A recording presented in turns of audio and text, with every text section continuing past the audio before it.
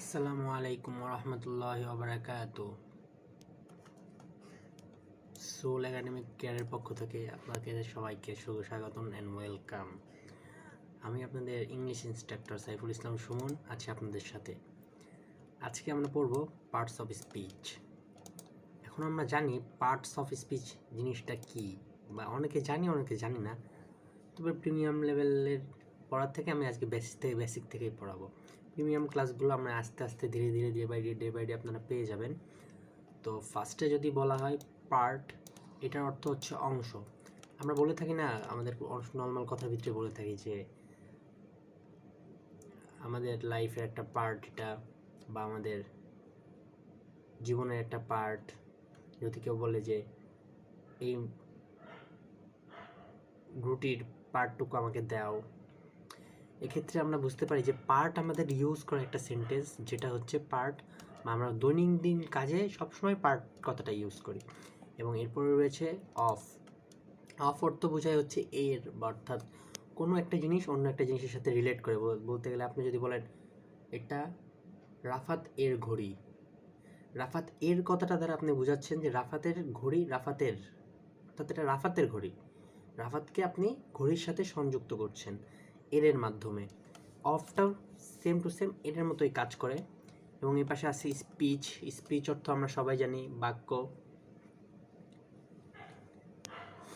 Speech অর্থ বাক্য বোঝায়।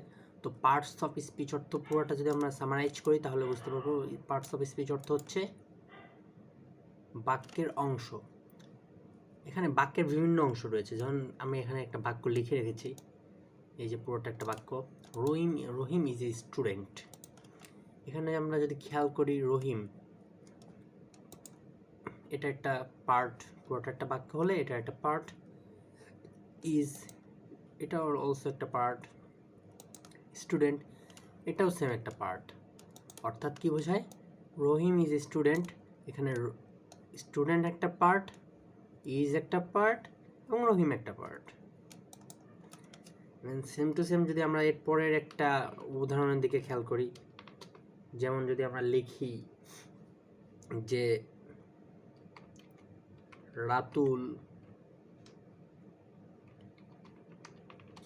রাতুল প্লে ওয়েল,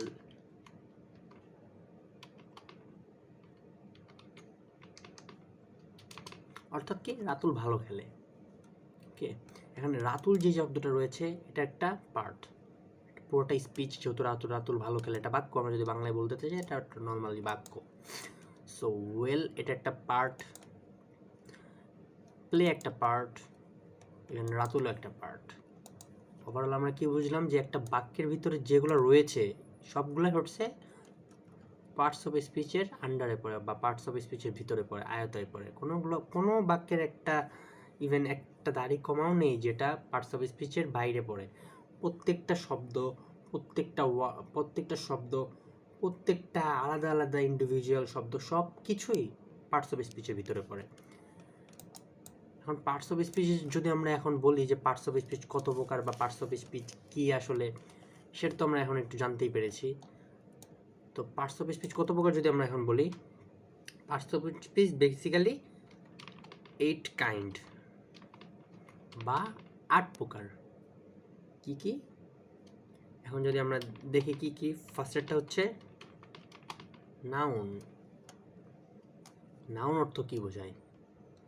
নাউন অর্থ কি বোঝায় এটা দেখতে হচ্ছে, নাউন বলতে বোঝায় হচ্ছে একটা নাম। ধরেন আপনার নাম, আমার নাম, আমাদের দেশের নাম, একটা জাতির নাম, পুরো পৃথিবীর নিজের একটা নাম, গ্যালাক্সি একটা নাম, ইভেন পুরো আমাদের দেখা যেগুলো নাম আছে সবগুলাই হচ্ছে নাউনের আন্ডারে পড়ে।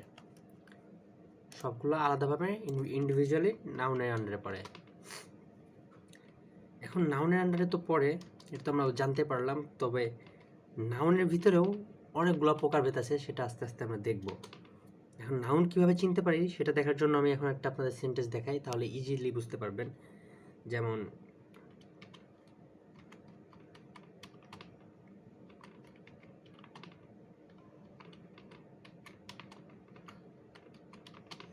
এখানে আমরা দেখতে পাচ্ছি Abir is a good boy, right?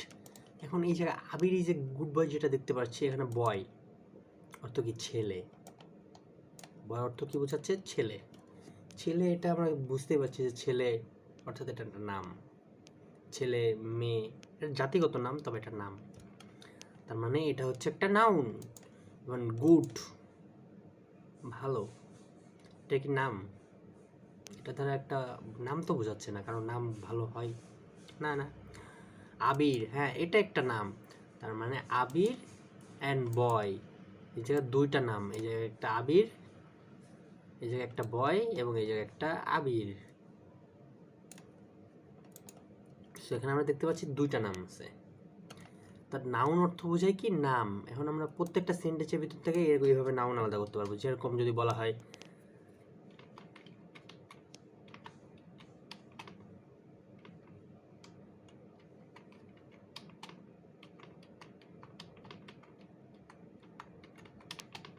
এখানে দেখা যাচ্ছে কি Padma is a big river, অর্থাৎ পদ্মা হচ্ছে একটা বড় নদী।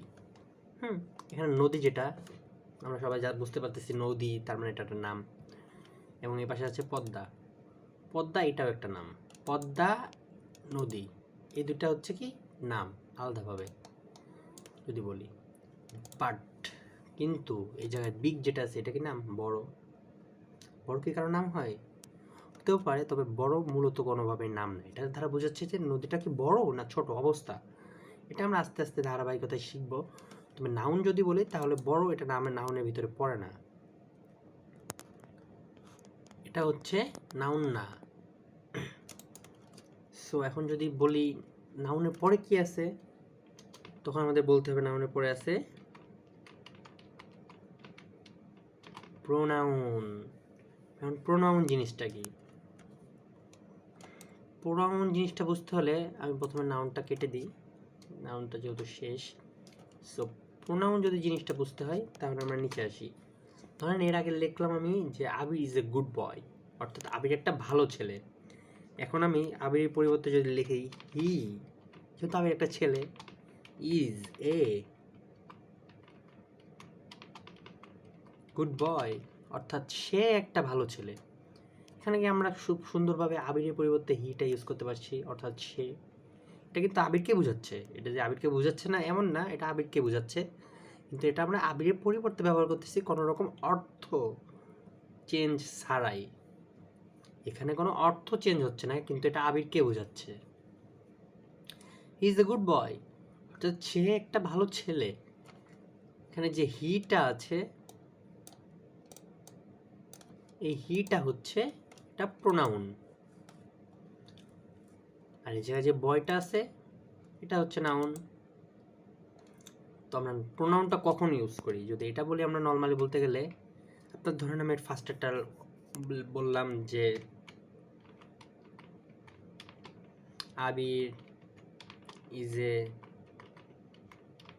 গুড বয়, ওকে, আমি বললাম Abir is a good boy, and then আমি তারপর বললাম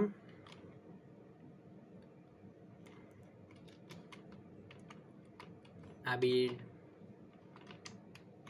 প্লেস, আবির প্লে ওয়েল।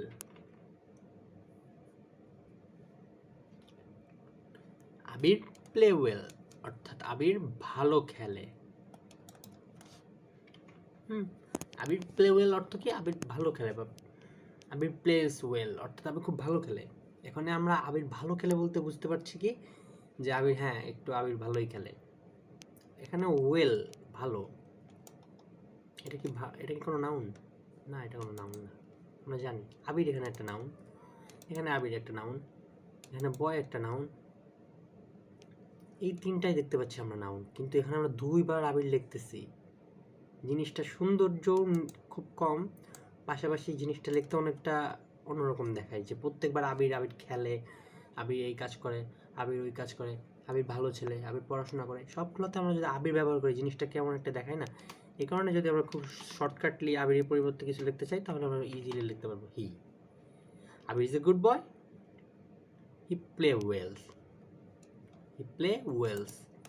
যদিও এখানে একটা অ্যান্ড আছে, বোঝানোর সুবিধার্থে আমি অ্যান্ডটা এখনো দিই নাই। এন্টার দিয়ে দেয় ভালো। Abir is a good boy and Abir play wells. এটাকে আমরা পরিবর্তন করে প্রোনাউনের মাধ্যমে কি লিখলাম? Abir is a good boy and he play wells. Pronoun এর মাধ্যমে আমরা প্রোনাউনটা জিনিস নিশ্চয়ই ক্লিয়ার হতে পারছি যে প্রোনাউনটা কি। প্রকারভেদ আমি আস্তে আস্তে ধারাবাহিকতাকে আপনাদের বোঝাবো। আপাতত প্রোনাউনটা কি এটা তো আমরা বুঝতে পেরেছি। তো প্রোনাউন জিনিসটা এরকমই যে প্রোনাউন আপনার হচ্ছে নর্মালি নাউনের পরিবর্তে বসে, প্রোনাউন নাউনের পরিবর্তে বসে নাউনের মতোই অর্থ বহন করে। এখন যদি আমরা দেখি এরপরে কি আছে, এরপরে আমরা কি দেখতে পাচ্ছি, এরপরে রয়েছে অ্যাডজেক্টিভ। অ্যাডজেক্টিভ জিনিসটা কি এখন আমরা যদি বলি, অ্যাডজেক্টিভ বেসিক্যালি কিছুই না। অ্যাডজেক্টিভ একটা ইজি জিনিস, যেরকম আমরা এতক্ষণ ধরে যেটা বলেছি যে ভালো মন্দ দোষ গুণ, যেটা আমরা এতক্ষণ ধরে নাউন বলি নাই, আমি বলেছি যেটা নাউন না, তবে সেটা কি এখন বলি নাই, ওই জিনিসটা হচ্ছে অ্যাডজেক্টিভ। যেমন গুড, যেমন বলি যদি শাহাদাত is a well businessman. Okay.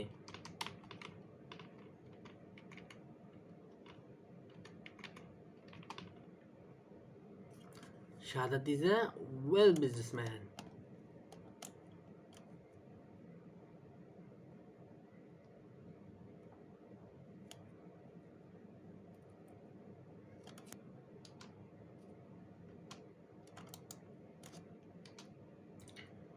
তো এখানে কি দেখতে পাচ্ছি, শাহাদাত ইজ এ ওয়েল বিজনেসম্যান।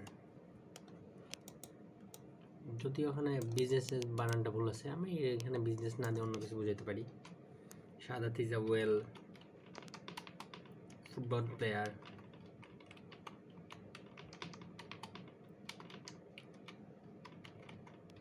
এখানে যদি আমরা এই একটা ওয়ার্ড বোঝাই, এটা কিন্তু পুরোটা একটা সেন্টেন্স বোঝাচ্ছে। শাহাদাত একটা খুব ভালো, শাহাদাত সে খুব ভালো একটা ফুটবল প্লেয়ার। ওকে, তো এখানে যে ভালোটা বোঝাচ্ছে এটা কোথা থেকে? ওয়েল। এটা কি কোনো নাউন? ফুটবল, হ্যাঁ এটা একটা নাউন। প্লেয়ার, অবভিয়াসলি এটা ওর একটা নাউন। শাহাদাত নাউন, এখানে যদি শাহাদাতের পরিবর্তে আমরা হি লিখতাম, he is a well football player, সেক্ষেত্রে হিটা হচ্ছে প্রোনাউন। কিন্তু এখানে ওয়েল জিনিসটা কি? ওয়েল জিনিসটাই হচ্ছে এই অ্যাডজেক্টিভ। ওয়েল জিনিসটা কি? অ্যাডজেক্টিভ। আর একটু ক্লিয়ারের জন্য যদি আমরা আরেকটা উদাহরণ দেখি, যেমন রাহিম ইজ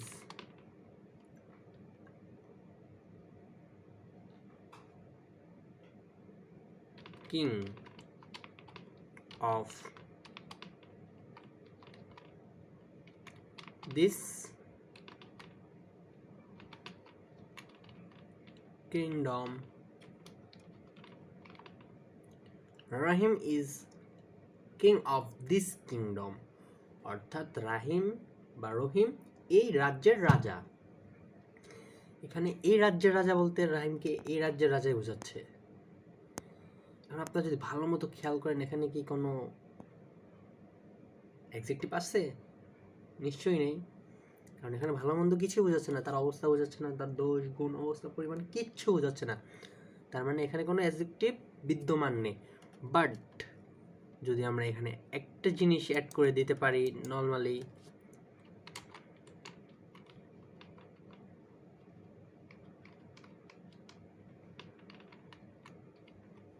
এখানে যদি আমরা নর্মালি একটা জিনিস অ্যাড করে দিতে পারি, তাহলেই জিনিসটা সুন্দরভাবে এর ভিতরে পড়ে যাচ্ছে। যেমন Rahim is kind king of this kingdom. Rahim এ রাজ্যের একজন দয়ালু রাজা। এখানে আমরা কাইন্ড বলতে দয়ালু বোঝাচ্ছি, অর্থাৎ রহিমের অবস্থা বোঝাচ্ছে। রহিম কি দয়ালু নাকি নির্দয়?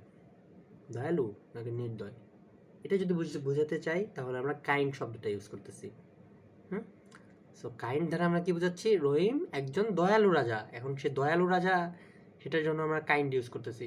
এবং আমরা এর আগে দেখতে পেয়েছি যে সে খুব ভালো ফুটবল খেলে, তার ভালোটা বোঝানোর জন্য কিন্তু আমরা এখানে same to same well use করেছি, সেম টু সেম এখানে কাইন্ড ইউজ করেছি। তো একটা অ্যাডজেক্টিভের কাজ কি, ধরেন একটা জিনিস, একটা ওয়ার্ড বা একটা একটা ওয়ার্ড না, একটা সেন্টেন্স বা স্পিচের ভিতরে আপনার অ্যাডজেক্টিভ কখন ইউজ হবে? অ্যাডজেক্টিভ তখন ইউজ হবে যখন কোনো একটা দোষ, গুণ, অবস্থা, পরিমাণ বোঝাবে। যে আপনার একটা গ্লাস হাফ ভরা, a glass in half in the water, অর্থাৎ গ্লাসটা অর্ধেক পানিপূর্ণ। এখানে এই হাফ অবস্থাটা বোঝাচ্ছে, সেম টু সেম অ্যাডজেক্টিভ। যদি আমরা অন্য দিক থেকে বলি, ইউ আর এ ম্যাড বয়, তুমি একটা পাগল ছেলে। মানে ম্যাড শব্দটা যে ইউজ করেছি, সেখানে ম্যাড শব্দটা হচ্ছে অ্যাডজেক্টিভ, অর্থাৎ তার অবস্থা বুঝেছে সে কি পাগল নাকি সে ভালো,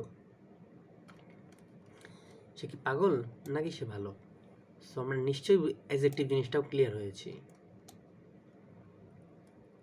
অ্যাডজেক্টিভ জিনিসটা প্রায় আপনার বলতে গেলে বাংলায় যে আমরা ইউজ করি না, যে কোনো কিছুর অবস্থা, দোষ, গুণ বোঝাতে যে সে একটা ভালো ছেলে, সেখানে ভালোটা আমরা ইউজ করি যেভাবে, সেম টু সেম অ্যাডজেক্টিভও ইংলিশের ক্ষেত্রে এভাবেই কাজ করে। এটার মাধ্যমে ভালো বোঝায় যে সে কি ভালো না খারাপ, সে কি ভালো না খারাপ। সো এটা ছিল আমাদের পার্টস অফ স্পিচের পার্ট 1। পার্টস অফ স্পিচের আমরা এটা পার্ট 1, এক ভিডিওতে সবগুলো কভার করা সম্ভব না, তাই আমরা এটা পার্ট 1 দিয়েছি। পার্ট 2 যদি দেখতে হয়, নিশ্চয়ই এই আমাদের এই সোল একাডেমিক কেয়ার এই ইউটিউব চ্যানেলটা সাবস্ক্রাইব করবেন এবং একটা লাইক অ্যান্ড একটা কমেন্ট করে আপনাদের মূল্যবান মতামতটা দিবেন। আর যদি আমাদের ভিডিওগুলো সবসময় আপনার টাইম লাইনে পেতে চান, তাহলে অবশ্যই আমাদের চ্যানেলটা সাবস্ক্রাইব করতে ভুলবেন না। এবং এরপরের পার্টগুলো আরও সুন্দরভাবে আমরা ডে বাই ডে আপনার পার্টস অফ স্পিচগুলো এবং টেন্স ধারাবাহিকতায় আমরা ইংলিশ জিনিসটাকে পানির মতো করে দেবো, যাতে আপনাদের কাছে ইংলিশ বলতে কোনো ভয় না থাকে, ইংলিশটা যাতে আপনাদের কাছে ইজি হয়ে যায়, আপনারা যাতে ইংলিশটা খুব সহজে বুঝতে পারেন। ইংলিশের ভিতরে ভয়, ইংলিশ একটা ইন্টারন্যাশনাল ল্যাঙ্গুয়েজ, সো ইংলিশ নিয়ে আমরা ভয় পাবো, ইংলিশ সেরকম কিছু না। ইংলিশটাকে আমরা আয়ত্ত করার ট্রাই করবো খুব মজার ছলে এবং খুব ইজিলি। সো আপনাদের কাছে আমার বিনীত রিকোয়েস্ট থাকবে, যারা ভিডিওটা দেখেছেন অবশ্যই ভালো লাগলে একটা লাইক করবেন এবং আপনাদের মূল্যবান মতামত হতে পারে সেটা খারাপ ভালো, আমাদের কোনো ত্রুটি থাকতেই পারে, সেটাও আমাদের কমেন্টে জানাবেন। এবং দয়া করে সাবস্ক্রাইব করে আমাদের পাশে থাকবেন, বেল আইকনটা বাজিয়ে আমাদের সবগুলো ভিডিও যদি আপনি সব সময় সামনে টাইম লাইনে পেতে চান, তাহলে অবশ্যই সাবস্ক্রাইব বাটনটাতে প্রেস করে আমাদের পাশে থাকবেন। দেখা হবে পরবর্তী পার্ট 2-তে। আসসালামু আলাইকুম ওয়া রাহমাতুল্লাহি ওয়া বারাকাতুহু।